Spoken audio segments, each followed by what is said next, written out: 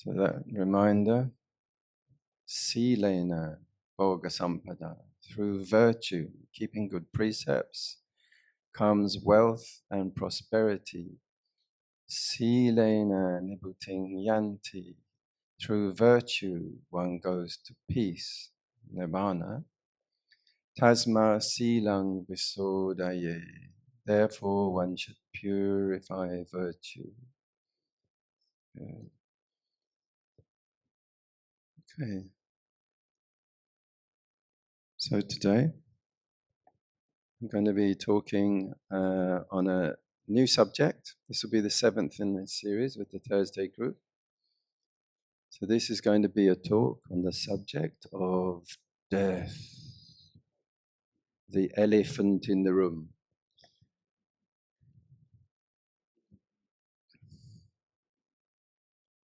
Okay, so I'm going to start with a haiku poem. Footprints washed away by rain after the campfire goes out. Part 1 is going to be called The Silk Cloth and the Mountain. I'm glad you could be here. Getting here wasn't simple. In fact, it was probably much harder than it looks. For you to be sitting here now, for it to happen, countless drifting atoms had to come together in just the right way, at just the right time, and stay together long enough to make you the physical you. It is a highly particular arrangement. It's so particular, in fact, that it has never occurred before and will never occur again in quite the same way. We hope that for many numbers of years, these atomic particles are going to continue to cooperate. They will take part in billions of small, precise, coordinated actions that allow you to experience the quite remarkable condition we call being alive. Why atoms do this at all is something of a mystery. Being you is not especially rewarding from the point of view of the atoms. Your atoms don't really concern themselves about you. They don't know who you are. They don't even know that they are there. Atoms are not really alive. They have no interest in meaning or memory or survival. And yet for a time, they act together as if they did. If your body was taken apart, one atom at a time, at the end, there would be just a small mound of fine, ordinary dust. None of it would ever have been actually alive. And all of it would once have been part of your body for the duration of your life. Your skin cells are all dead. It's a somewhat disagreeable notion to reflect that every inch of your surface is deceased. If you are an average-sized adult, you're carrying around over 2 kilograms of dead skin, of which several billion tiny fragments are discarded every day. If you run a finger along a dusty shelf and you are drawing a pattern, very largely you're drawing it in old skin. These atomic particles, while part of the body, respond to a single steady instruction, which is, keep this arrangement going. But atoms are not loyal. Their attention wanders. Even a long human life amounts to only about, say, 650,000 hours. When that modest total is reached, or somewhere near it, for reasons we still don't fully understand. The atoms simply stop cooperating. They close things down. They come apart quietly. They move on to become something else. That, as far as we can tell, is the end of the physical arrangement known as you. Still, it is worth noticing that it happens at all. Across most of the universe, as far as we know, it doesn't. The atoms that assemble themselves to make life here on Earth are the same kind of atoms that have not done it elsewhere. At an atomic level, at the level of chemistry, life is really not exotic. Carbon, hydrogen, oxygen, nitrogen, a little calcium, a trace of sulfur. There's nothing you wouldn't find in an ordinary Wellings, Watson's, or Guardian pharmacy, like the Wellings down at Pulauticus. The unusual thing about these atoms is that for a time, they arranged themselves as you. That, if anything, is the miracle. Inside you, this coming together and coming apart is already happening. Every day, billions of your cells die. And they do not kind of collapse in panic. They do not cling.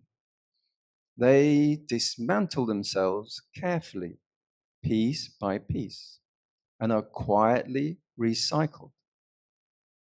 The process even has a name: programmed cell death.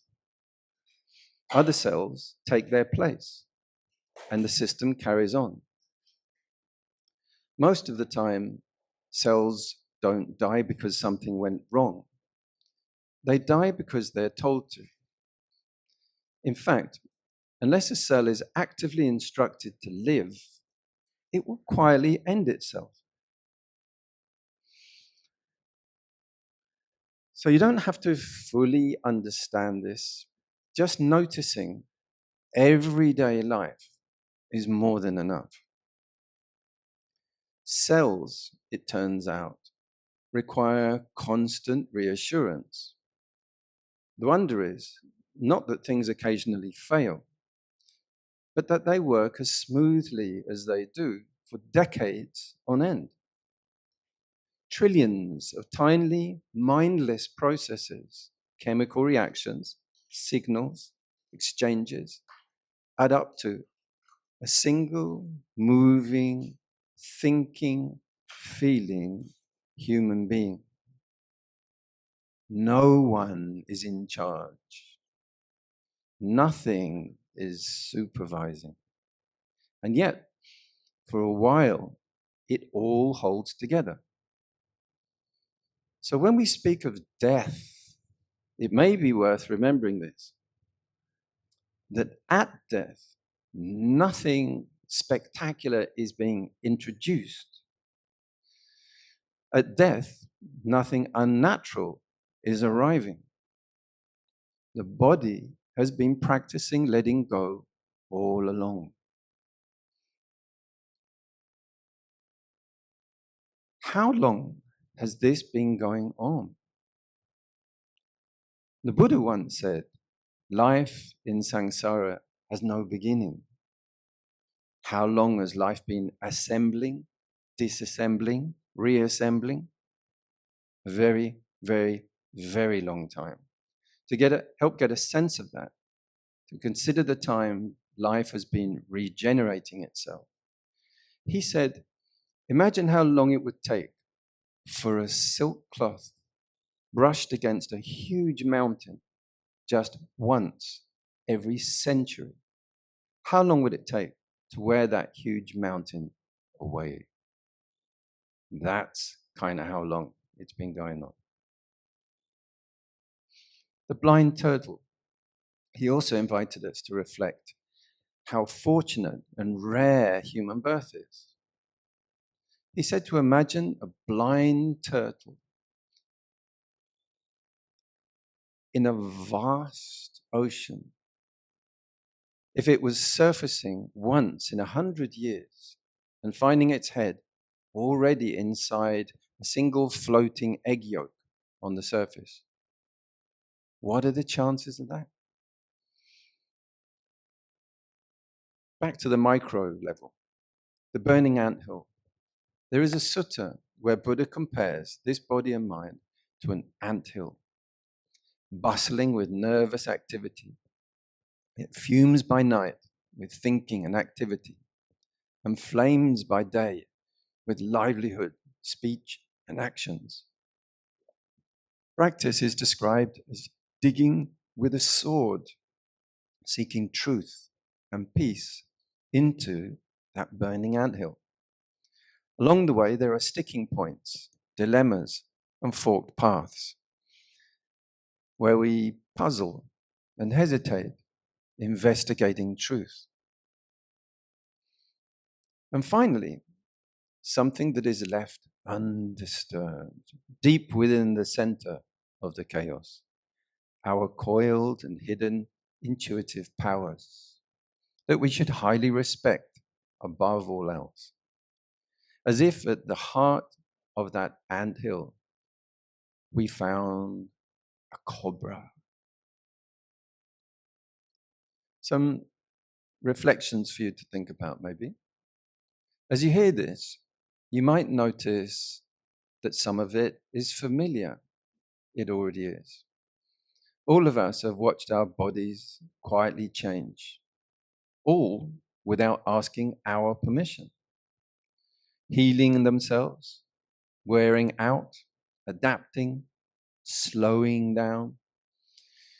You may recognize how much of life has already been lived without your direct control. Breathing through the night, wounds closing and healing, bones fixing themselves, cells coming and going. Perhaps this brings to mind moments when the body knew what to do, long before the mind did.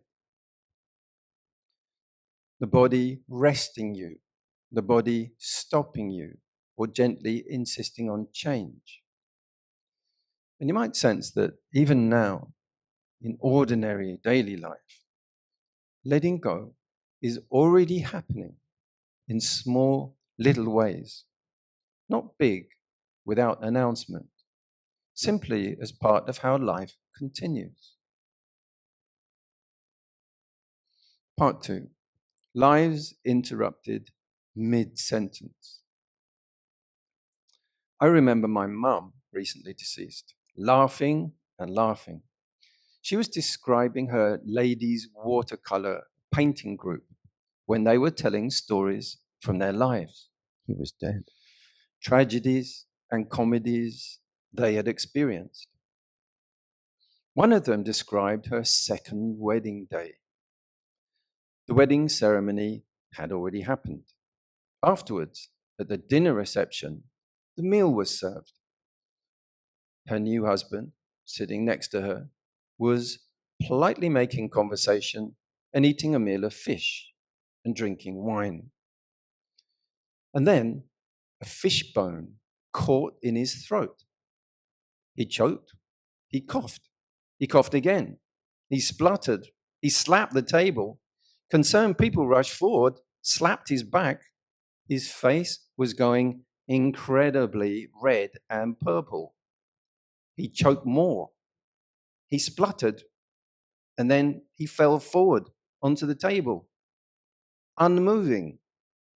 He was dead.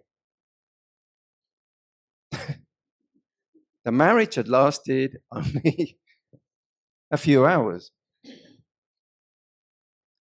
As COVID arrived in the Philippines, a teenage girl from my class, Zassi, lost her father suddenly. There was no hospital visit, no last words. The next day, national lockdown began. He had died while away from home at a crowded gambling event. By the afternoon, paperwork had already begun. Sometimes this is how death happens. There are stories from the Suttas of beauty and youth ending suddenly. In one, a dancer taken out to a pleasure garden by princes, dying suddenly before the afternoon was over. And in another, Sirima, known for her stunning beauty, died. Her body, now decaying, was left on display at the request of the Buddha, no longer beautiful. The mind of the beautiful lady had been reborn as a deva, and she returned to look at that scene. The enlightening result was anagami attainment for her. Filipino Rhodora became pregnant. Tragically, she lost the baby. Not long afterwards, her health collapsed. She was rushed to intensive care. There was a sudden coma, and then she died. Gloria, Philippines, was 21. She had been a healthy young lady, and then cancer of the spine arrived. Within a year, 1 year, her body had become so extremely thin, her legs narrowed, and through her stomach, her spine showed. She died soon afterwards. Again in the Philippines, during heavy monsoon rains, I'd been coughing continuously. Between coughs, I asked a neighbor to buy some cough medicine, which they did. I took too much. I took way too much. I also took other tablets at the same time. Soon, strange things began to happen. I was hallucinating. My body was becoming numb and enormously heavy. I found I couldn't speak. I couldn't move properly. I hadn't understood that it was the medicine. I thought it was a brain infection. Eventually, I crawled, half paralyzed, to the road. Someone helped me get to the hospital. The doctor examined me and then said, "You have had a transient stroke." I was told I probably won't walk ever again, that I had lost the power of speech. It was a great shock. Yet, after 7 hours later on that night, movement and feeling slowly began to return, and then speech. It had not been a stroke after all. It had just been an overdose of cough medicine.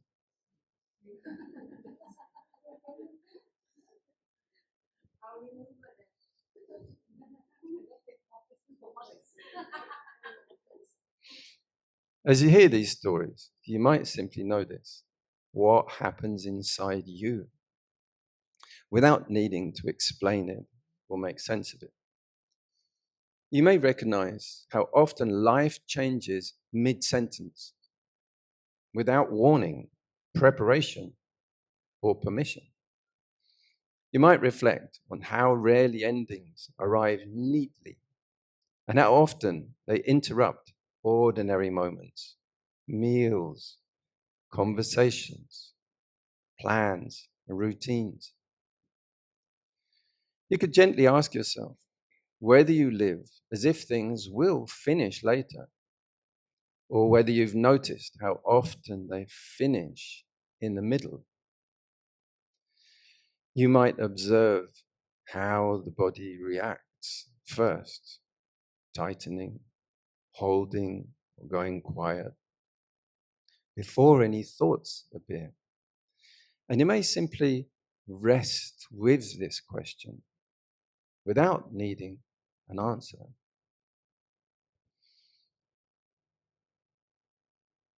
Part 3, looking for shelter. And then there's fear. Have you ever been really, really frightened in the night when you're far from home, alone? Once, while I was in England, I decided to undergo spiritual practice, walking alone many, many miles as a kind of undercover monk, wandering with no shoes, no money, one blanket, a sleeping bag, some warmer clothing. And yet, wherever I found myself, and this was in the deep countryside, southwest England, Devon actually, I would sleep somewhere in a barn, under a bush, maybe near a tree. I would just kind of find places. So it was getting murky one evening, and I noticed across the mist a long sweeping field surrounded by dark forests. And it seemed to have some kind of what looked to me like kind of temporary shelters.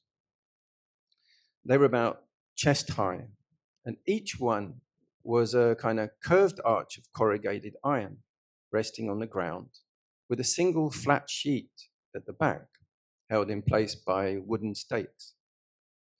Inside was a bale of hay, perhaps for an army exercise. And the front was kind of enterable, and there were hundreds of them in rows. No one was to be seen.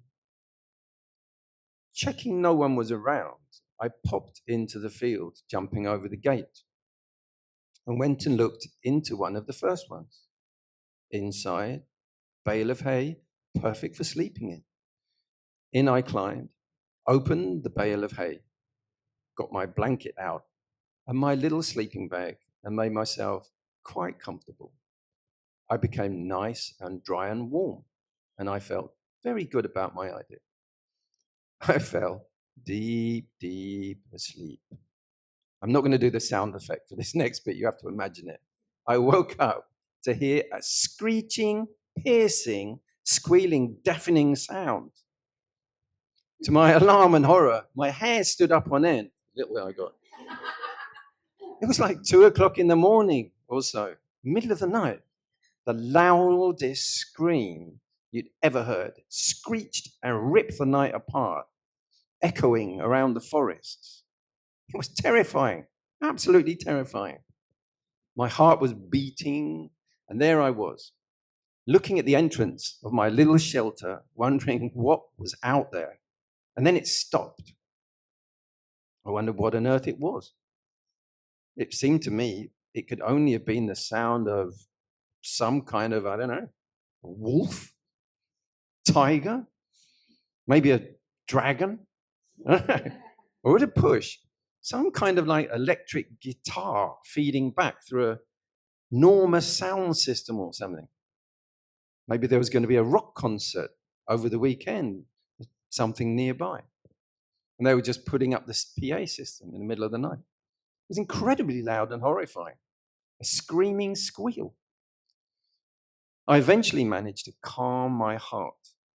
The sound didn't come again. And somehow, after hours of staring at the gap, I managed to sleep. As dawn was coming up, I crawled out. A farmer was nearby, and he came over. He was on his tractor, and he stopped, looking at me in horror. He said, "Did you just sleep in there?" I said, "Yes, I'm sorry. Was that all right?" He said, "Well, yeah, but..." And he pointed to the other end of the field, where there in the mist, there were enormous pigs, the size of small cars, with their tiny little piglet herds. He said, "They'll eat you alive, so they will." I realized quite how close I'd come. They can get ferocious if they have piglets. They'll attack, and they have huge teeth. Recently, I heard a story. This was Ajahn Brahma. There was once a monk's funeral he was at, where someone had made a riveted metal coffin. You know, rivets, the little studs. The metal coffin was put on top of a fire. When the fire took hold, the rivets popped. The coffin blackened and burst.